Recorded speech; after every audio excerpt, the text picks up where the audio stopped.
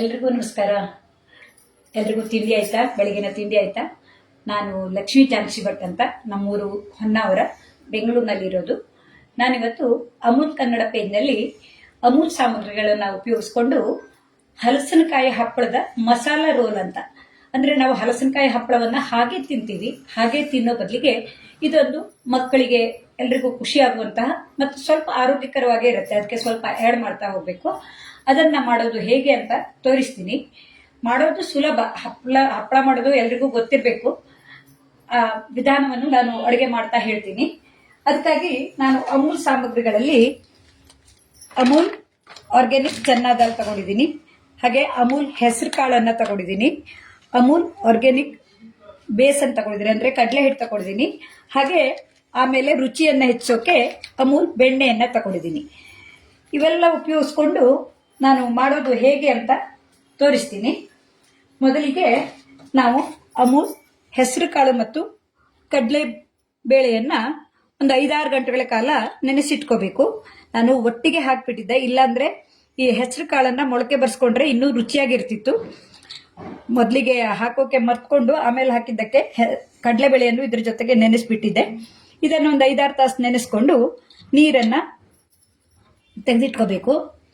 ಇದನ್ನ ರುಬ್ಕೋಬೇಕು. ಅಂದ್ರೆ ಹಲಸಿನಕಾಯಿ ಹಪ್ಪಳ ಇರುತ್ತಲ್ವಾ, ಈ ಹಲಸಿನಕಾಯಿ ಹಪ್ಪಳ ಅಂದ್ರೆ ಈಗ ಹಲಸಿನಕಾಯಿ ಸೀಸನ್ ಶುರುವಾಗಿದೆ. ಈ ಹಪ್ಪಳವನ್ನ ನಮ್ಮ ಊರಲ್ಲೆಲ್ಲ ಪ್ರತಿದಿನ ಈಗ ಬೇಸಿಗೆಯಲ್ಲಿ ಹಪ್ಪಳ ಮಾಡೇ ಮಾಡ್ತೀವಿ. ಇದಕ್ಕೆ ಉದ್ದಿನ ಹಪ್ಪಳನೂ ತಗೋಬಹುದು, ಹೆಸರುಬೇಳೆ ಹಪ್ಪಳ ತಗೊಳ್ಬಹುದು, ಯಾವ್ದು ತಗೋಬಹುದು. ಆದ್ರೆ ಈ ಹಪ್ಪಳನ ಹಾಗೆ ತಿನ್ನೋ ಬದಲಿಗೆ ಇದಕ್ಕೆ ಇನ್ನೊಂದಿಷ್ಟು ಪ್ರೋಟೀನ್ ಅಂಶಗಳನ್ನ ಜಾಸ್ತಿ ಹಾಕಿ ಮಾಡೋದನ್ನ ತೋರಿಸ್ತಾ ಇರುವಂತದ್ದು. ಈ ಹಲಸಿನಕಾಯಿ ಹಪ್ಪಳ ಮಾಡೋದು ಒಂದ್ಸಲ ಹೇಳ್ಬಿಡ್ತೀನಿ, ಯಾಕೆಂದ್ರೆ ಇದು ಅಮೂಲ್ ಪ್ರಾಡಕ್ಟ್ ಗೆ ಸಂಬಂಧಪಟ್ಟಿದ್ದಲ್ಲ. ಆದ್ರೂ ಈಗ ಸೀಸನ್ ಆಗಿರೋದ್ರಿಂದ ಹಲಸಿನಕಾಯಿ ಹಪ್ಪಳವನ್ನ ನಾವು ಸುಲಭವಾಗಿ ಮನೆಯಲ್ಲೇ ಮಾಡೋದು ಹೇಗೆ ಅಂದ್ರೆ, ಹಲಸಿನಕಾಯಿ ತೊಳೆಯನ್ನ ತಾಜಾ ಕಾಯಿ ಆಗಿರ್ಬೇಕು. ಅದನ್ನ ಬಿಡಿಸ್ಕೊಂಡು, ತೊಳೆಗಳನ್ನ ಬಿಡಿಸ್ಕೊಂಡು ಅದರ ಮಧ್ಯದಲ್ಲಿರೋ ಬೇಳೆಯನ್ನ ತೆಗೆದು ಉಗಿಯಲ್ಲಿ ಅಥವಾ ನೀರ್ ಹಾಕಿ ಬೇಯಿಸ್ಕೋಬೇಕು. ಬೇಯಿಸ್ಕೊಂಡ ನಂತರ ಅದನ್ನ ಮಿಕ್ಸಿಯಲ್ಲಿ ಅಥವಾ ಒರಳು ಕಲ್ಲಲ್ಲಿ ರುಬ್ಕೊಂಡು ಖಾರಕ್ಕೆ ಹಸಿಮೆಣಸು, ಇಂಗು, ಜೀರಿಗೆ ಅವನ್ನೆಲ್ಲ ಹಾಕೊಂಡು ಉಪ್ಪನ್ನು ಹಾಕಿ ರುಬ್ಕೋಬೇಕು. ಅದು ಇಡ್ಲಿ ಹಿಟ್ಟಿನ ತರ ಸ್ವಲ್ಪ ಗಟ್ಟಿಯಾಗಿರುತ್ತೆ. ಆ ಹಿಟ್ಟನ್ನ ಬಾಳೆ ಎಲೆ ಮೇಲೆ ನಮಗೆ ಬೇಕಾದ ರೀತಿಯಲ್ಲಿ ಹಚ್ಕೋಬೇಕು. ಬಾಳೆ ಎಲೆ ಇಲ್ಲ ಅಂದ್ರೆ ಪ್ಲಾಸ್ಟಿಕ್ ಮೇಲೆ ಹಚ್ಬಹುದು. ಅದು ಪ್ಲಾಸ್ಟಿಕ್ ಅಷ್ಟು ಒಳ್ಳೇದಲ್ಲ. ಬಾಳೆ ಎಲೆ ಮೇಲೆ ಹಚ್ಚಿದ್ರೆ ತುಂಬಾ ಒಳ್ಳೇದು. ಇಲ್ಲಾಂದ್ರೆ ಅದಕ್ಕೆ ಒಂದು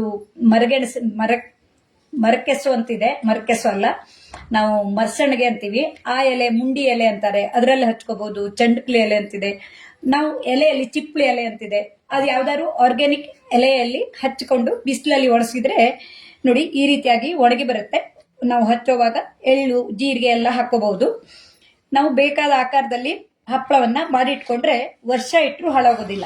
ಇದು ನಾನು ಕಳೆದ ವರ್ಷ ಮಾಡಿರುವಂತಹ ಹಪ್ಪಳ. ಬಿಸಿಲಲ್ಲಿ ಚೆನ್ನಾಗಿ ಒಣಸಿಟ್ಕೊಂಡ್ರೆ ಚೆನ್ನಾಗಿರುತ್ತೆ. ಅದನ್ನ ಈ ಹಪ್ಪಳವನ್ನ ಹಾಗೆ ಕರೆದು ತಿನ್ಬಹುದು. ಅದ್ರ ಬದಲಿಗೆ ಅದನ್ನ ಮೊದಲು ಹೇಳ್ದಂಗೆ ಇದನ್ನೆಲ್ಲ ಮಸಾಲೆಯನ್ನೇ ಹಚ್ಚಿ ರೋಲ್ ಮಾಡೋದು ಹೇಗೆ ಅಂತ ತೋರಿಸ್ತೀನಿ. ಈ ಹಪ್ಪಳವನ್ನ ನಾನು ತಯಾರು ಮಾಡಿ ಇಟ್ಕೊಂಡಿದ್ದೀನಿ. ಇದಕ್ಕಾಗಿ ಈ ನೆನೆಸಿಟ್ಕೊಂಡಿರೋ ಈ ಹೆಸರು ಕಾಳು ಮತ್ತೆ ಕಡಲೆಬೇಳೆಗೆ ಸ್ವಲ್ಪ ಮಸಾಲೆಯನ್ನ ಸೇರಿಸಿ ರುಬ್ಕೋಬೇಕು. ನಾನಿಲ್ಲಿ ಇಷ್ಟು ಹೆಸರು ಕಾಳು ಮತ್ತು ಇದನ್ನ ನೆನೆಸಿಟ್ಕೊಂಡಿದ್ದೀನಿ. ನಾನಿಲ್ಲಿ ಸ್ವಲ್ಪನೇ ಮಾಡಿ ತೋರಿಸ್ತಾ ಇರ್ತೀನಿ, ಯಾಕೆಂದ್ರೆ ತುಂಬಾ ಮಾಡ್ತಾ ಇದ್ರೆ ರುಬ್ಬೋಕು ಟೈಮ್ ಬೇಕು, ಆಮೇಲೆ ಹಚ್ಚೋಕು ಟೈಮ್ ಬೇಕು. ಇದನ್ನ ನೀರನ್ನ ಬಸ್ಕೊಂಡು ಆದಷ್ಟು ಕಡಿಮೆ ನೀರಲ್ಲಿ ರುಬ್ಕೊಳ್ಳಿ. ಹಾಗೆ ಇದಕ್ಕೆ ಖಾರಕ್ಕೆ ಹಸಿಮೆಣಸು ಅಥವಾ ಸೂಜಿ ಮೆಣಸನ್ನು ಹಾಕೋಬಹುದು, ಶುಂಠಿ, ಇಂಗು ಮತ್ತೆ ಜೀರಿಗೆಯನ್ನು ಹಾಕೋಬೇಕು. ಇವಿಷ್ಟನ್ನು ಹಾಕೊಂಡ್ರೆ ನಾನು ಸಾದಾ ಮಸಾಲೆಯನ್ನ ಹಾಕ್ತಾ ಇದ್ದೀನಿ. ನಿಮ್ಗೆ ಬೇಕು ಅಂದ್ರೆ ಇನ್ನೂ ಹೆಚ್ಚಿಗೆ ಮಸಾಲೆಯನ್ನೆಲ್ಲ, ಗರಂ ಮಸಾಲೆಯನ್ನ ಹಾಕೋಬಹುದು. ನಾನು ಕಡಿಮೆ ಅಂತಲ್ಲ, ಇವೆಲ್ಲ ಮಿನಿಮಮ್ ಬೇಕಾಗುವಂತ ಮಸಾಲೆಯನ್ನು ಉಪಯೋಗಿಸಿ ಮಾಡ್ತಾ ಇದ್ದೀನಿ. ಲೈವ್ ಅಲ್ಲಿ ಯಾರ್ಯಾರು ಬಂದಿರೋ ಇಲ್ಲ ಅಂತ ಗೊತ್ತಾಗ್ತಾ ಇಲ್ಲ. ಆಮೇಲೆ ಲೈವ್ ಅಲ್ಲಿ ನೋಡ್ಲಿಕ್ಕೆ ಆಗ್ಲಿಲ್ಲ ಅಂದ್ರೆ ಆಮೇಲೆ ನೋಡಬಹುದು. ಈ ಮಸಾಲಾ ಸಾಮಗ್ರಿಗಳನ್ನ ಇದ್ರ ಜೊತೆಗೆ ಹಾಕೊಳ್ತೀನಿ. ಹಾಗೆ ರುಚಿಗೆ ತಕ್ಕಷ್ಟು ಉಪ್ಪನ್ನು ಹಾಕೋತೀನಿ. ನಾನಿಲ್ಲಿ ಸ್ವಲ್ಪನೇ ತೋರಿಸ್ತಾ ಇರೋದ್ರಿಂದ ಸ್ವಲ್ಪನೇ ಉಪ್ಪು ಹಾಕೋತೀನಿ. ಹಪ್ಪಳಕ್ಕೆ ಆಲ್ರೆಡಿ ಹಾಕಿರ್ತೀವಿ, ಈ ಮಸಾಲೆಗೆ ಮಾತ್ರ ಉಪ್ಪನ್ನು ಹಾಕಿ ಆದಷ್ಟು ನೀರನ್ನ ಬೆರೆಸದೆ ರುಬ್ಕೋಬೇಕು. ಯಾಕೆಂದ್ರೆ ನಾವು ಹಪ್ಪಳದ ಮೇಲೆ ಈ ಮಸಾಲೆಯನ್ನ ಹಾಕ್ಬೇಕಾಗತ್ತೆ. ನಾನು ರುಬ್ಕೊ ಬರ್ತೀನಿ. ಆಮೇಲೆ ಕೊತ್ತಂಬರಿ ಸೊಪ್ಪು ಇದೆಲ್ಲ ಹಾಕ್ಲಿಕ್ಕಿದೆ.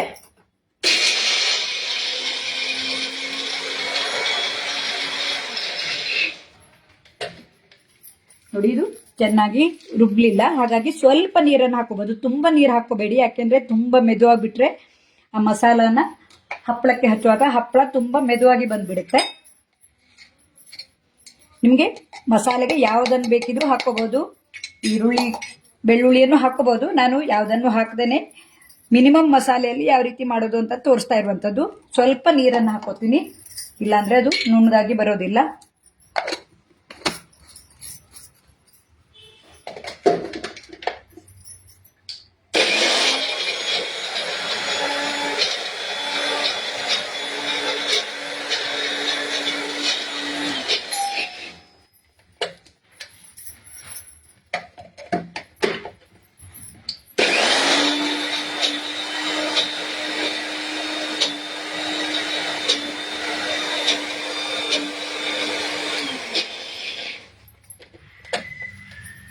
ನೋಡಿ ಇದು ಈ ರೀತಿಯಾಗಿ ಬಂದರೆ ಸಾಕು.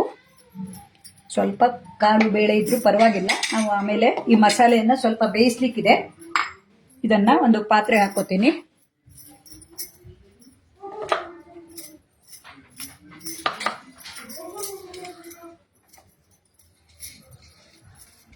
ನೋಡಿ ಅಮೂಲ್ ಸಾಮಗ್ರಿ ಎಷ್ಟು ಬೇಗ ಬರುತ್ತೆ ಅಂದ್ರೆ ನೋಡಿ, ನಾನು ಇಲ್ಲಿ ಲೈವ್ ಹೋಗೋ ಬದಲು ಆನ್ಲೈನಲ್ಲಿ ಕಡಲೆ ಹಿಟ್ಟು ಸ್ವಲ್ಪನೇ ಇತ್ತು ಅಂತ ಆರ್ಡರ್ ಮಾಡಿದ್ದೆ.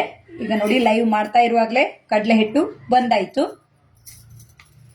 ಈ ಮಸಾಲೆಯನ್ನ ತೆಗೆದಿಟ್ಕೊಂಡು ಇದಕ್ಕೆ ನಾವು ಉಪ್ಪನ್ನು ಹಾಕಿದ್ದೀವಿ. ಬೇಕಿದ್ರೆ ಪರಿಮಳ ಹೆಚ್ಚೋಕೆ ಸ್ವಲ್ಪ ಕೊತ್ತಂಬರಿ ಸೊಪ್ಪು ಹಾಗೆ ಕರಿಬೇವನ್ನು ಹಾಕೊಳ್ಳೋಣ. ನಿಮಗೆ ಖಾರ ಜಾಸ್ತಿ ಬೇಕು ಅಂದರೆ ಖಾರನ ಜಾಸ್ತಿ ಹಾಕೋಬಹುದು, ಬೇಕಿದ್ರೆ ಖಾರ ಪುಡಿಯನ್ನು ಹಾಕೋಬಹುದು. ನಾನು ಖಾರ ಪುಡಿಯನ್ನೇ ಇಟ್ಕೊಂಡಿದ್ದೀನಿ. ಹಸಿಮೆಣಸು ತುಂಬ ಖಾರ ಇರೋದ್ರಿಂದ ಮತ್ತೆ ಖಾರ ಜಾಸ್ತಿ ಹಾಕ್ಕೊಂಡಿಲ್ಲ. ಹಾಗೆ ಇದಕ್ಕೆ ಕರಿಬೇವನ್ನು ಚೂರು ಮಾಡಿ ಹಾಕಬೇಕು.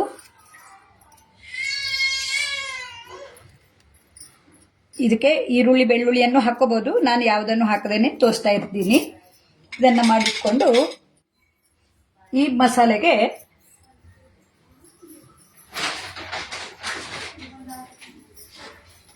ನೋಡಿ ಕಡಲೆ ಹಿಟ್ಟು ಸ್ವಲ್ಪನೇ ಇತ್ತು ಅಂತ ನಾನು ಈಗ ಬ್ಲಿಂಕಿಟ್ ಅಲ್ಲಿ ತರಿಸಿದ್ದೀನಿ. ಎಷ್ಟು ಬೇಗ ಕಡಲೆ ಹಿಟ್ಟು ಮನೆ ಬಾಗಿಲಿಗೆ ಬಂತು. ನಾನು ಅಡುಗೆ ಮಾಡ್ತಾ ಇರೋ ಮೊದಲು ಆರ್ಡರ್ ಮಾಡಿದ್ದು, ಅಡುಗೆ ಮಾಡ್ತಾ ಇರುವಾಗಲೇ ಬಂದಾಯಿತು. ಕಡಲೆ ಹಿಟ್ಟು ಸ್ವಲ್ಪನೇ ಇತ್ತು, ಹಾಗಾಗಿ ಕಡಲೆ ಹಿಟ್ಟನ್ನು ಸ್ವಲ್ಪ ತರಿಸಿದ್ದೀನಿ. ಅಮೂಲ್ ಹೆಸರು ಕಾಳು ಮೊದಲೇ ತಂದಿದ್ದಿತ್ತು, ಅದರ ರ್ಯಾಪರನ್ನು ಇಟ್ಕೊಂಡಿಲ್ಲ. ನೋಡಿ ಇದಕ್ಕೆ ಸ್ವಲ್ಪ ಗಟ್ಟಿಯಾಗೋಕೆ ಕಡಲೆ ಹಿಟ್ಟನ್ನು ಹಾಕೊಳ್ಳೋಣ. ಬರೀ ಕಡಲೆಬೇಳೆಯಲ್ಲೇ ಮಾಡಿದ್ರೆ ಚೆನ್ನಾಗಿರೋಲ್ಲ, ಹೆಸರು ಕಾಳು ಆರೋಗ್ಯಕ್ಕೆ ತಂಪಾಗಿರುತ್ತೆ. ಹಾಗಾಗಿ ಹೆಸರು ಕಾಳನ್ನು ಹಾಕ್ಕೊಂಡಿದ್ದೀನಿ. ಇದರಲ್ಲಿನ ನೀರಿನ ಅಂಶ ಹೋಗೋ ತನಕ ಸ್ವಲ್ಪ ಕಡಲೆ ಹಿಟ್ಟನ್ನು ಹಾಕೊಂಡ್ರಾಯ್ತು.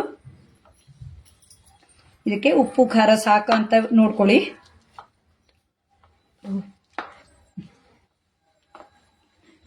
ಇದನ್ನ ಈ ರೀತಿ ಕಲಸಿಟ್ಕೊಂಡು ಕೈ ತೊಳ್ಕೊಬರ್ತೀನಿ.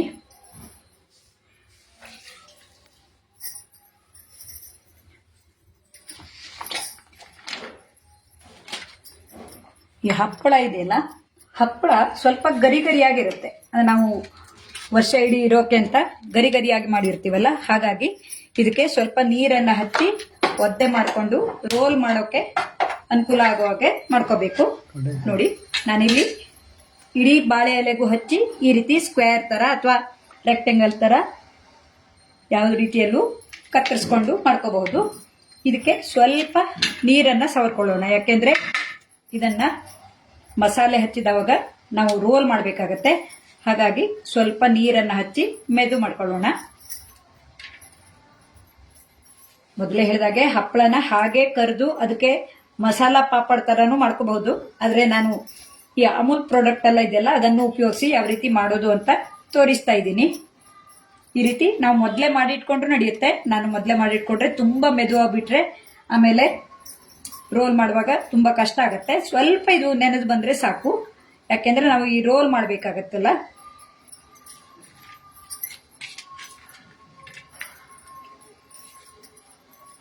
ಇದು ಮಸಾಲಾ ಹಪ್ಪಳ ಅಲ್ಲ, ಇದು ಸಾದಾ ಹಪ್ಪಳ. ಇದೇ ರೀತಿ ನಾವು ಉದ್ದಿನ ಹಪ್ಪಳ, ಹೆಸರು ಬೇಳೆ ಹಪ್ಪಳ, ಅದರಲ್ಲೂ ಮಾಡ್ಕೋಬಹುದು. ಯಾವುದನ್ನು ಹಾಗೆ ತಿನ್ನೋ ಬದಲಿಗೆ ಅದರ ರುಚಿಯನ್ನ ಹೆಚ್ಚು ಮಾಡೋಕೆ ಈ ರೀತಿ ಎಲ್ಲ ಮಾಡೋದು ಆರೋಗ್ಯಕರವಾಗಿರುತ್ತೆ ಅಂತ. ನೋಡಿ, ನಾನು ಕೈಯಲ್ಲೇ ಇಟ್ಕೊಂಡು ಈ ಹೆಸರು ಕಾಳಿಂದು ಮಸಾಲೆ ಮಾಡ್ಕೊಂಡಿದ್ವಲ್ಲ ಇದನ್ನ ಇದರ ಮೇಲೆ ಹಚ್ಕೊಳ್ಳೋಣ.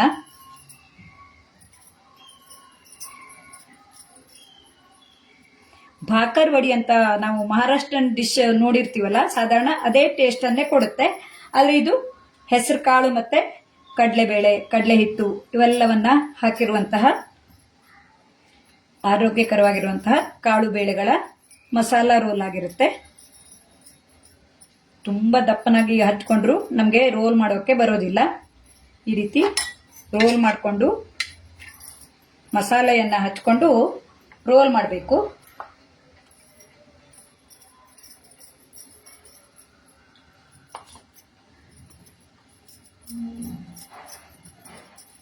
ಇನ್ನೂ ಒಂದು ರೀತಿಯಲ್ಲಿ ಮಾಡ್ಕೋಬಹುದು.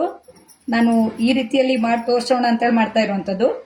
ಈ ಹೆಸರು ಕಾಳೆಲ್ಲ ಇರುತ್ತಲ್ಲ ಅದನ್ನ ಪಲ್ಯ ಮಾಡಿಕೊಂಡು ಮಸಾಲ ಪಾಪಡ್ ಅಂತ ಈ ಹಪ್ಪಳದ ಮೇಲೆ ಹಾಕೊಂಡು ಮಸಾಲ ಪಾಪಡ್ ಅಂತ ನಾವು ತಿನ್ಬಹುದು. ಇದು ಕ್ರಮ ಸ್ವಲ್ಪ ಜಾಸ್ತಿ ಇದೆ, ಆದ್ರೆ ತಿನ್ನೋಕೆ ಡಿಫ್ರೆಂಟ್ ಆಗಿರುತ್ತೆ. ಯಾವುದೇ ಆಹಾರವನ್ನ ನಾವು ಡಿಫ್ರೆಂಟ್ ಆಗಿ ಮಾಡಿದಾಗ ತಿನ್ನೋಕೆ ಖುಷಿ ಇರುತ್ತೆ. ಹೇಮಲತಾ ರೇವಣ್ಣ ಅವರ ಲೈವ್ ಬಂದಿದ್ದೀರಾ? Hi ma'am, it looks yummy ಹೇಳ್ಬಾರ್ದು, ಯಮ್ಮಿ ಅಂತ ಹೇಳಿದ್ದೀರಾ, ಖುಷಿ ಆಗುತ್ತೆ. ನಾನು ಈಗ ಟೇಸ್ಟ್ ಮಾಡಿದ ನಂತರ ಯಾವ ರೀತಿ ಬಂತು ಅನ್ನೋದನ್ನ ಹೇಳ್ತೀನಿ. ಈ ಮಸಾಲವನ್ನ ಇದಕ್ಕೆಲ್ಲ ಸ್ಪ್ರೆಡ್ ಮಾಡಿಕೊಂಡು ಇದನ್ನ ರೋಲ್ ಮಾಡಿ ಸ್ವಲ್ಪ ಬೇಯಿಸ್ಕೊಂಡ್ರೆ ನಾವು ಕರಿವಾಗ ಹೊರಗಡೆ ಬೀಳೋದಿಲ್ಲ. ಇದೊಂದು ಇನ್ನೋವೇಟಿವ್ ಅಂತ ಹೇಳ್ಬಹುದು. ಇದನ್ನ ಉದ್ದಿನ ಹಪ್ಪಳ ಅಥವಾ ಹೆಸರು ಬೇಳೆ ಹಪ್ಪಳ ಅದರಲ್ಲೆಲ್ಲ ಮಾಡ್ತಾರೆ. ನಾನು ಈ ಸೀಸನ್ ಅಲ್ಲಿ ಹಲಸಿನಕಾಯಿ ಹಪ್ಪಳ ಮಾಡ್ತೀವಲ್ಲ ಅದರಲ್ಲೇ ಮಾಡಿ ತೋರಿಸೋಣ ಅಂತೇಳಿ ಹಲಸಿನಕಾಯಿ ಹಪ್ಪಳದಿಂದ ತೋರಿಸ್ತಾ ಇದ್ದೀನಿ. ನಮ್ಮೂರಿನಲ್ಲಿ ಪ್ರತಿ ಮನೆಯಲ್ಲೂ ಈ ಹಲಸಿನಕಾಯಿ ಹಪ್ಪಳ ಇದ್ದೇ ಇರುತ್ತೆ. ನೋಡಿ, ಈ ರೀತಿ ಮಸಾಲ ಹಚ್ಕೊಂಡ ನಂತರ ಇದನ್ನ ನೋಡಿ ಸುಲಭವಾಗಿ ಇದು ಮೆದುವಾಗಿ ಬಂದಿರುತ್ತಲ್ವಾ, ಇದನ್ನ ತೋರಿಸ್ ಈ ರೀತಿ ರೋಲ್ ಮಾಡೋಕೆ ಬರುತ್ತೆ. ನಾವು ನೀರು ಹಚ್ಕೊಂಡು ಮಾಡಿರ್ತೀವಲ್ಲ, ಹಾಗಾಗಿ ಇದನ್ನ ರೋಲ್ ಮಾಡೋಕೆ ಬರುತ್ತೆ. ಗರಿ ಗರಿ ಆಗಿದ್ರೆ ರೋಲ್ ಮಾಡೋಕೆ ಬರೋಲ್ಲ. ಇದನ್ನ ಹಾಗೆ ಬೇಯಿಸಿನೂ ತಿನ್ಬಹುದು, ಆದ್ರೆ ಅದನ್ನ ಕರೆದು ತೋರಿಸೋಣ ಅಂತೇಳಿ ನಾನು ಇದಕ್ಕೊಂದು ತಯಾರಿ ಮಾಡ್ಕೊಂಡಿದ್ದೀನಿ. ಸ್ವಲ್ಪ ದಪ್ಪ ಹಪ್ಪಳ ಆದ್ರೆ ರೋಲ್ ಮಾಡೋಕೆ ಕಷ್ಟ ಆಗತ್ತೆ, ಯಾಕೆಂದ್ರೆ ನೆನೆದು ಬರೋದಿಲ್ಲ. ಲೈವ್ ಆಗಿರೋದ್ರಿಂದ ಮೊದಲು ಮಾಡಿ ತೋರಿಸ್ಬೇಕು ಅಂದ್ಕೊಂಡಿದ್ದೆ, ಬೆಳಗಿನ ತಿಂಡಿ ತಯಾರಿಯಲ್ಲಿ ರೆಡಿ ಮಾಡಿ ಇಟ್ಕೊಳ್ಳೋಕೆ ಆಗ್ಲಿಲ್ಲ. ಹಾಗಾಗಿ ಲೈವ್ ಅಲ್ಲೇ ಇವೆಲ್ಲವನ್ನ ತೋರಿಸ್ತಾ ಇದ್ದೀನಿ. ನೋಡಿ, ಈ ರೀತಿ ರೋಲ್ ಮಾಡ್ಕೊಂಡ್ರೆ ಈ ಮಸಾಲ ಎಲ್ಲ ಒಳಗಡೆ ಇದ್ದು ಹೊರಗಡೆ ಬರೋದಿಲ್ಲ. ಇದನ್ನ ಒಂದ್ಸಲ ಬೇಯಿಸ್ಕೋಬೇಕು, ಯಾಕೆಂದ್ರೆ ಈ ಮಸಾಲ ಸ್ವಲ್ಪ ಬೆಂದ್ರೆ ಇದಕ್ಕೆ ಅಂಟ್ಕೊಳ್ಳುತ್ತೆ. ಇಲ್ಲಾಂದ್ರೆ ಹೀಗೆ ಕರ್ಲಿಕ್ಕೆ ಹೋದ್ರೆ ಕಾವಲಿಯಲ್ಲಿ ಬಿಟ್ಕೊಳ್ಳೋ ಚಾನ್ಸ್ ಇರುತ್ತೆ. ನಾನು ಇಲ್ಲಿ ಈ ಇಡ್ಲಿ ಪಾತ್ರೆಯನ್ನ ಬಿಸಿಗಿಟ್ಕೊಂಡಿದ್ದೀನಿ, ಇದರಲ್ಲಿ ಬೇಯಿಸ್ಕೋಬೇಕು.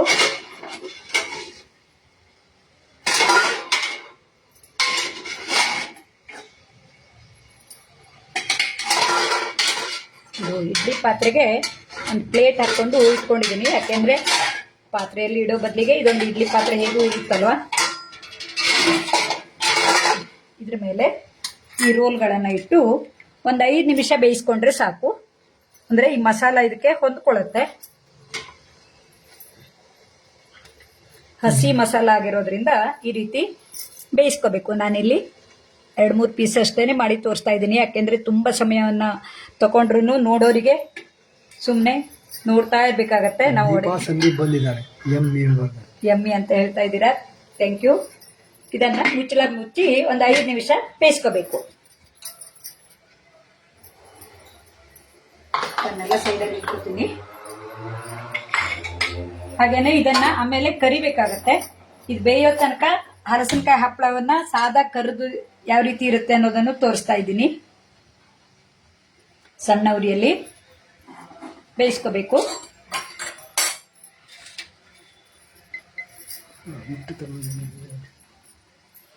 ಯಾವುದೇ ಅಡುಗೆ ಮಾಡುವಾಗ ನಾವು ತುಂಬಾ ಸಾಮಗ್ರಿಗಳನ್ನು ಹಾಕಿ ಮಾಡಿದ್ರೆ ನೋಡೋಕೆ ಚೆನ್ನಾಗಿರುತ್ತೆ, ಆದ್ರೆ ಸಮಯ ತುಂಬಾ ತಗೊಳುತ್ತೆ. ಈ ಲೈವ್ ಅಡುಗೆ ಆಗಿರೋದ್ರಿಂದ ತುಂಬಾ ಸಮಯ ನೋಡೋಕೆ ಯಾರಿಗೂ ಸಮಯ ಇರೋದಿಲ್ಲ. ಹಾಗಾಗಿ ಎಷ್ಟು ಬೇಕೋ ಅಷ್ಟೇ ಮಾಡಿ ತೋರ್ಸೋಕೆ ಅಂತ ನಾನು ಸ್ವಲ್ಪನೇ ಮಾಡಿ ತೋರಿಸ್ತಾ ಇದ್ದೀನಿ.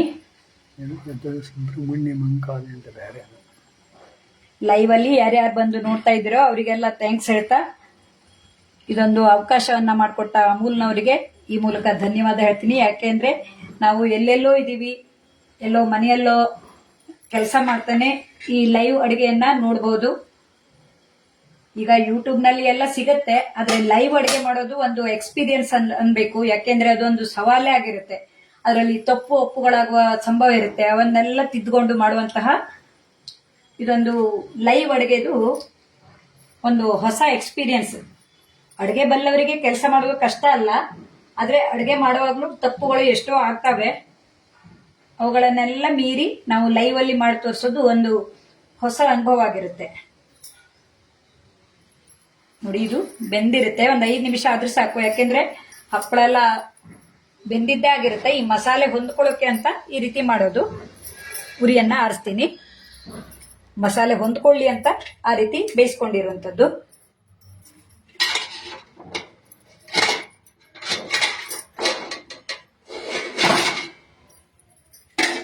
ಸ್ವಲ್ಪ ಆರಿದ್ರೆ ಕಟ್ ಮಾಡೋಕೆ ಅನುಕೂಲ ಆಗುತ್ತೆ. ಹಾಗಾಗಿ ಸ್ವಲ್ಪ ಆರೋಕೆ ಬಿಡ್ತೀನಿ. ಇದನ್ನೆಲ್ಲ ಮೊದಲು ಮಾಡಿ ತೋರಿಸ್ಬೋದು, ಆದ್ರೆ ನಾನು ಮೊದಲು ಮಾಡಿ ಇಟ್ಕೊಂಡ್ರು ನಮ್ಗೆ ಕೆಲಸದ ಮಧ್ಯೆ ಆಗಿರ್ಲಿಲ್ಲ. ಹಾಗಾಗಿ ಇದನ್ನ ಈ ಲೈವ್ ಅಲ್ಲಿ ಈ ರೀತಿ ಮಾಡಿ ತೋರಿಸ್ತಾ ಇದ್ದೀನಿ. ಸ್ವಲ್ಪ ಆರಿದ್ರೆ ಇದನ್ನ ನಮ್ಗೆ ಬೇಕಾದ ಆಕಾರದಲ್ಲಿ ಕಟ್ ಮಾಡೋಕೆ ಆಗುತ್ತೆ. ಅಲ್ಲಿ ತನಕ ಸಾದಾ ಹಪ್ಪಳನ ಕರಿಯೋದು ತೋರಿಸ್ತೀನಿ. ನಿಮ್ಗೆ ಯಾರಿಗಾದ್ರೂ ಇಲ್ಲಿ ಬೆಂಗಳೂರಿನವರಿಗೆ ಹಲಸಿನಕಾಯಿ ಹಪ್ಪಳ ಮಾಡೋದು ಗೊತ್ತಿಲ್ಲ.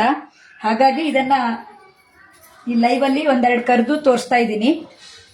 ಅಮೂಲ್ ಪ್ರಾಡಕ್ಟ್ಗೆ ಸಂಬಂಧ ಇಲ್ಲದೆ ಇದ್ರೂ ಇದನ್ನ ಅಮೂಲ್ ಪ್ರಾಡಕ್ಟ್ ಅನ್ನು ಉಪಯೋಗಿಸಿ ಯಾವ ರೀತಿಯಾಗಿ ಮಾಡಬಹುದು ಅಂತ ಈ ಹಪ್ಪಳವನ್ನು ಕರೆದು ತೋರಿಸ್ತಾ ಇದ್ದೀನಿ. ಎಣ್ಣೆ ಕಾದ್ಮೇಲೆ ಇದನ್ನ ನೋಡಿ, ಎಣ್ಣೆ ಕಾದಿದೆ.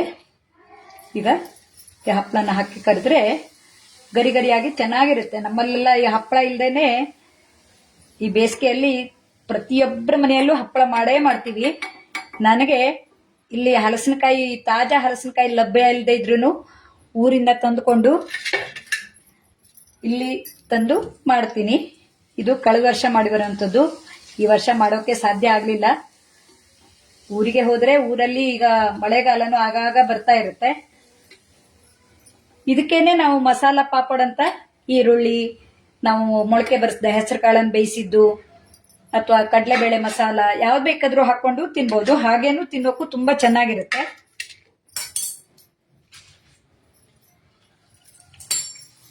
ಇದಕ್ಕೆ ಹಸಿ ಮಸಾಲ ಹಾಕೊಂಡ್ರೆ ಚೆನ್ನಾಗಿರೋದಿಲ್ಲ. ಆ ಮಸಾಲವನ್ನ ನಾನು ಪಲ್ಯ ತರ ಮಾಡ್ಕೊಂಡು ಮಾಡ್ಬೋದು. ಅದಕ್ಕಾಗಿ ನಾನು ಸ್ವಲ್ಪ ಕಾಳು ಬೇಳೆಯನ್ನ ನೆನೆಸಿದ್ದನ್ನ ಹಾಗೆ ಇಟ್ಟಿದ್ದೀನಿ. ಮಾಡೋಕೆ ಈಗ ಸಮಯ ಇಲ್ಲದೆ ಇರೋದ್ರಿಂದ ಈ ಸಾದಾ ಹಪ್ಪಳವನ್ನಷ್ಟೇ ಮಾಡಿ ತೋರಿಸ್ತಾ ಇದ್ದೀನಿ. ಈಗ ಇದನ್ನು ಕರಿಯೋಣ.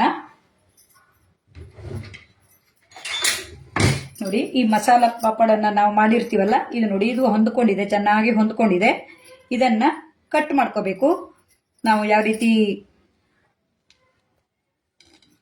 ಮಾಡ್ತೀವಲ್ಲ,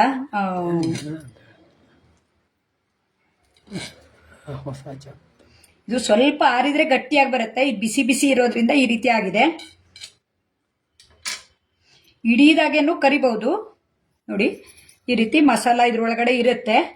ಈ ರೀತಿ ಬೆಂದ್ರೆ ಹೊರಗಡೆ ಬಿಟ್ಟು ಬರೋದಿಲ್ಲ ಅಂತ. ಈಗ ಇದರಲ್ಲಿ ಕರಿಯೋಣ.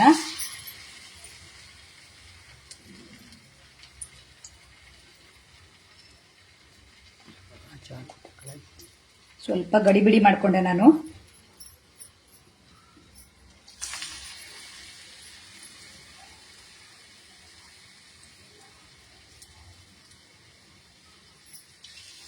ಮಸಾಲ ಬಿಟ್ಕೊಂಡು ಬರೋಲ್ಲ, ಆದ್ರೂ ಗಡಿಬಿಡಿ ಮಾಡಿಕೊಂಡು ಯಾವುದೇ ಕೆಲಸ ಮಾಡುವಾಗ ಗಡಿಬಿಡಿಯನ್ನು ಮಾಡಿಕೊಂಡ್ರೆ ಚೆನ್ನಾಗಿರೋದಿಲ್ಲ. ನೋಡಿ, ಎಣ್ಣೆನೂ ತುಂಬ ಕಾದ್ಬಿಟ್ಟಿತ್ತು. ಲೈವ್ ಅಡುಗೆಯಲ್ಲಿ ನಮ್ಮ ತಪ್ಪು ಒಪ್ಪುಗಳನ್ನ ತಿದ್ದುಕೊಳ್ಳೋಕೆ ಇದೊಂದು ಅವಕಾಶ ಅಂತ ಹೇಳೋದಕ್ಕೆ ಇವೆಲ್ಲವನ್ನ ಮಾಡಿ ತೋರಿಸ್ತಾ ಇರುವಂತದ್ದು. ಗಡಿಬಿಡಿ ಮಾಡಿಕೊಂಡು ಅಡುಗೆ ಮಾಡಿದ್ರೆ ಯಾವ ರೀತಿಯಾಗಿ ಅಡುಗೆ ಎಲ್ಲ ಹಾಳಾಗತ್ತೆ ಅದೆಲ್ಲವನ್ನ ನೆನಪಿಟ್ಕೊಳ್ಳೋಕೆ ಇದೊಂದು ಅವಕಾಶ ಅಥವಾ ಅನುಭವಕ್ಕೆ ಒಂದು ದಾರಿಯಾಗಿದೆ. ನೋಡಿ, ಈ ರೀತಿ ಗರಿ ಆಗೋ ತನಕ ಬೇಯಿಸಿಟ್ಕೊಂಡ್ರೆ 2 ದಿವಸ ಇಟ್ಟರು ಹೀಗೆ ಗರಿ ಗರಿಯಾಗಿರುತ್ತೆ. ಯಾಕೆಂದ್ರೆ ಮಸಾಲ ಬೆಂದಿದೆ, ಇಲ್ಲಿ ಒಳಗಿನ ಮಸಾಲ ಎಣ್ಣೆಯಲ್ಲಿ ಕರಿದಾಗಿರುತ್ತೆ, ಅಂಬೋಡೆ ತರ ಇರುತ್ತೆ. ಹಾಗಾಗಿ 2 ದಿವಸ ಇಟ್ಟರು ಚೆನ್ನಾಗಿರುತ್ತೆ.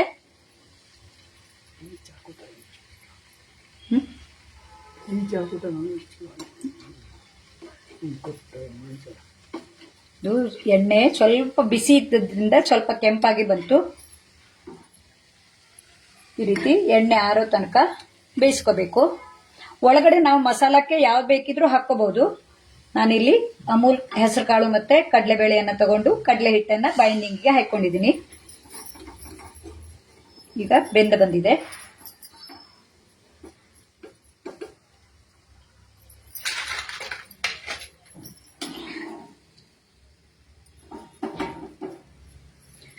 ಮೊದಲೇ ಕಟ್ ಮಾಡ್ಕೊಂಡ್ರೆ ನಮಗೆ ಕರಿಯೋಕೆ ಸುಲಭ ಆಗುತ್ತೆ ಅಂತ. ಕರಿಯೋಕಲ್ಲ, ಆಮೇಲೆ ಕಟ್ ಮಾಡುವಾಗ ಶೇಪ್ ಚೇಂಜ್ ಆಗುತ್ತೆ ಅಂತ. ಇದು ಆರಿದ್ರೆ ಚೆನ್ನಾಗಿ ಕಟ್ ಮಾಡೋಕೆ ಬರುತ್ತೆ. ನೋಡಿ, ಇಡೀ ರೋಲನ್ನೇ ನಾವು ಹೀಗೆ ಕರ್ಕೋಬಹುದು. ನಿಮ್ಗೆ ತುಂಬಾ ಎಣ್ಣೆ ಆಗತ್ತೆ ಅಂತ ಅನ್ಸಿದ್ರೆ ಕಾವಲಿಯಲ್ಲಿ ನಾವು ತುಪ್ಪ ಹಾಕೊಂಡು ಬೇಯಿಸ್ಕೊಂಡ್ರು ತುಂಬಾ ಚೆನ್ನಾಗಿರುತ್ತೆ. ಯಾಕೆಂದ್ರೆ ಇದು ಈಗಾಗಲೇ ಬೆಂದಿದೆ, ಒಳಗಡೆ ಮಸಾಲೆಯನ್ನು ನಾವು ಉಗಿಯಲ್ಲಿ ಬೇಯಿಸ್ಕೊಂಡಿದೀವಿ. ಹಾಗಾಗಿ ಈ ಕಾವಲಿಯಲ್ಲೂ ನಾವು ಬೆಣ್ಣೆ ಅಥವಾ ತುಪ್ಪ ಹಾಕೊಂಡು ತವಾ ಫ್ರೈ ಮಾಡ್ಕೊಂಡ್ರು ಚೆನ್ನಾಗಿರುತ್ತೆ. ತುಂಬಾ ಎಣ್ಣೆ ಆಗತ್ತೆ ಎಲ್ಲ ಅನ್ಸಿದ್ರೆ ಇದು ತುಂಬಾ ಎಣ್ಣೆ ಹೀರ್ಕೊಳ್ಳಲ್ಲ, ಯಾಕೆಂದ್ರೆ ಬೆಂದಿರೋ ಮಸಾಲೆ ಇರೋದ್ರಿಂದ ತುಂಬಾ ಎಣ್ಣೆಯನ್ನ ಹೀರ್ಕೊಳ್ಳಲ್ಲ. ಹಪ್ಪಳನೂ ಅಷ್ಟೇ ಎಣ್ಣೆಯನ್ನ ತುಂಬಾ ಹೀರ್ಕೊಳ್ಳಲ್ಲ. ಈ ರೀತಿ ದೊಡ್ಡ ದೊಡ್ಡ ರೋಲ್ ಅನ್ನೇ ಸಹ ನಾವು ಕರ್ಕೊಂಡ್ರು ಚೆನ್ನಾಗಿರುತ್ತೆ. ಇದ್ರ ಜೊತೆಗೆ ಬೆಣ್ಣೆ ಅಥವಾ ತುಪ್ಪ ಹಚ್ಕೊ ತಿಂದ್ರಂತೂ ತುಂಬಾ ಚೆನ್ನಾಗಿರುತ್ತೆ. ನಮ್ಮಲ್ಲೆಲ್ಲ ಹಪ್ಪಳದ ಜೊತೆಗೆ ಬೆಣ್ಣೆ ಹಚ್ಕೊಂಡು ತಿನ್ನೋದು.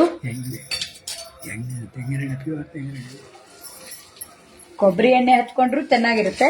ಈ ರೀತಿ ನಾನು ಇದೊಂದೆರಡೇ ಮಾಡಿರೋದ್ರಿಂದ ಇವನ್ನ ಕರೆದು ತೋರಿಸ್ತಾ ಇದ್ದೀನಿ. ಈ ಹಪ್ಪಳನ ಹಾಗೆ ಕರಿಯೋ ಬದಲಿಗೆ ಇದ್ರೊಳಗೆ ಮಸಾಲ ತುಂಬಿ ಮಸಾಲ ರೋಲ್ ಅಂತ ಮಾಡಿರೋದು. ನಾವು ಹೋಟೆಲ್ಗೆ ಹೋದಾಗ ಡಬಲ್ ರೇಟ್ ಕೊಟ್ಟು ಏನೇನು ತಿಂಡಿಯನ್ನ ತಿನ್ನೋ ಬದಲಿಗೆ ಮನೆಯಲ್ಲಿಯೇ ಈ ರೀತಿ ಸುಲಭವಾಗಿ ಈ ಪಾಪಡ್ ರೋಲ್ ಇತ್ಯಾದಿಗಳನ್ನೆಲ್ಲ ಮಾಡ್ಕೋಬಹುದು. ಈ ಜಾಕ್ ಫ್ರೂಟ್ ಪಾಪಡ್ ಅಂದ್ರೆ ಹಲಸಿನಕಾಯಿ ಹಪ್ಪಳದಲ್ಲಿ ನಾನು ಮೊದಲನೇ ಸಲ ಮಾಡ್ತಾ ಇರೋದು. ಉದ್ದಿನ ಹಪ್ಪಳ ಅಥವಾ ಹೆಸರುಬೇಳೆ ಹಪ್ಪಳದಲ್ಲೆಲ್ಲ ಮಾಡಿದೀನಿ. ಇದನ್ನ ಒಂದು ತೋರಿಸುವ ಅಂತ ಅನ್ಸಿತ್ತು. ಯಾಕೆಂದ್ರೆ ಹಲಸಿನಕಾಯಿ ಹಪ್ಪಳ ಬಗ್ಗೆ ತುಂಬಾ ಮಂದಿಗೆ ಗೊತ್ತಿಲ್ಲ. ಈ ಸೀಸನ್ ಅಲ್ಲಿ ಮಾಡಿಟ್ಕೊಂಡ್ರೆ ವರ್ಷ ಇಡೀ ತಿನ್ನೋಕು ಚೆನ್ನಾಗಿರುತ್ತೆ. ಈ ರೀತಿ ಮಾಡಿಕೊಂಡು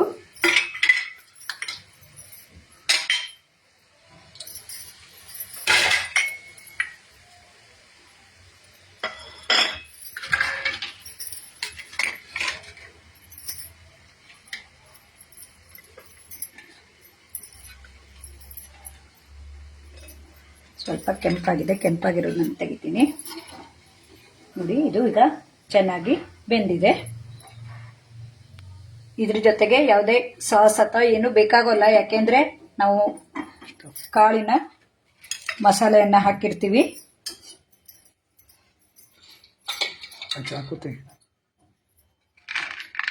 ಈ ಮೊಳಕೆ ಕಾಳೆಲ್ಲ ಆದ್ರೆ ಇದ್ರ ಜೊತೆಗೆ ಈರುಳ್ಳಿ, ಕೊತ್ತಂಬರಿ ಸೊಪ್ಪು ಎಲ್ಲ ಹಾಕೊಂಡು ತಿನ್ನೋಕ್ಕೂ ತುಂಬಾ ಚೆನ್ನಾಗಿರುತ್ತೆ.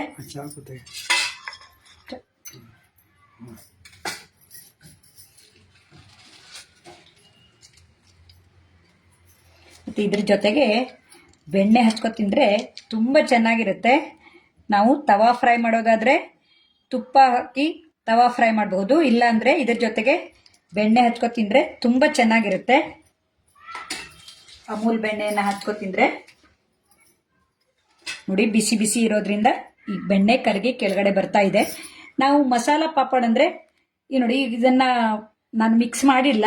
ಮೊಳಕೆ ಬರ್ಸಿರೋ ಹೆಸರು ಕಾಳು, ಈರುಳ್ಳಿ, ಕೊತ್ತಂಬರಿ ಸೊಪ್ಪು ಮತ್ತೆ ಯಾವ್ದೋ ಮಸಾಲೆ ಎಲ್ಲ ಏನ್ ಬೇಕೋ ಅದನ್ನೆಲ್ಲ ಹಾಕಿ ಕಲ್ಸ್ಕೊಂಡು ಇದ್ರ ಜೊತೆಗೆ ಹಾಕೊಂಡು ಮಸಾಲ ಪಾಪಡ್ ಅಂತ ತಿನ್ಬಹುದು.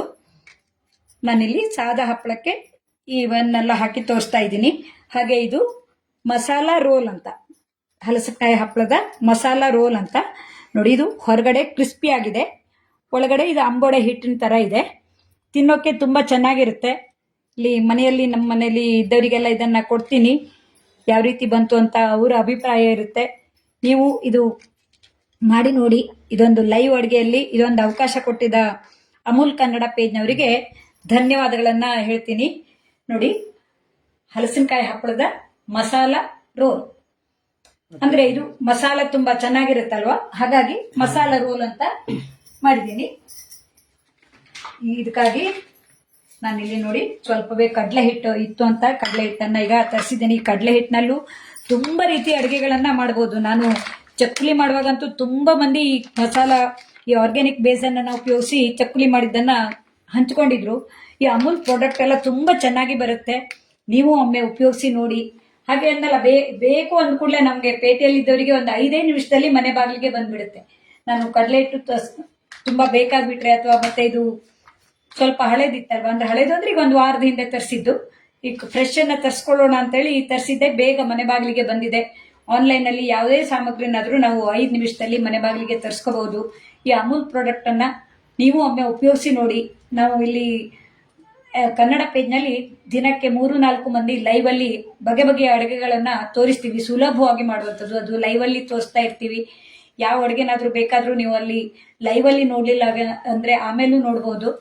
ಇದೊಂದು ಒಳ್ಳೆ ಅವಕಾಶವನ್ನ ಅಮೂಲ್ ಕನ್ನಡ ಪೇಜ್ನಲ್ಲಿ ನಮ್ಗೆ ಅವಕಾಶವನ್ನ ಕೊಟ್ಟಿದ್ದಾರೆ. ನಾವು ತುಂಬಾ ಗೆಳತಿಯರೆಲ್ಲ ಈ ಅಡುಗೆಯನ್ನ ಮಾಡಿ ತೋರಿಸಿದೀವಿ. ಈ ಹಲಸಿನಕಾಯಿ ಹಪ್ಪಳದ ಮಸಾಲಾ ಪಾಪಡ್ ಈ ವಿಡಿಯೋ ನಿಮ್ಗೆ ಖುಷಿಯಾಗಿರ್ಬೋದು ಅಂತ ಅನ್ಕೋತೀನಿ. ಇದೊಂದು ಅವಕಾಶ ಮಾಡಿಕೊಟ್ಟ ಅಮೂಲ್ ಕನ್ನಡ ಪೇಜ್ನಲ್ಲಿ ನಮ್ಗೆ ಟೀಮ್ನಲ್ಲಿ ಸಹಕಾರ ನೀಡಿದಂತ ಸಮೀರ್ ಮತ್ತೆ ನಂದಿನಿ ಅವರಿಗೆ ಈ ಮೂಲಕ ಧನ್ಯವಾದವನ್ನ ಅರ್ಪಿಸ್ತಾ ಈ ನನ್ನ ವಿಡಿಯೋವನ್ನ ಮುಗಿಸ್ತಾ ಇದ್ದೀನಿ.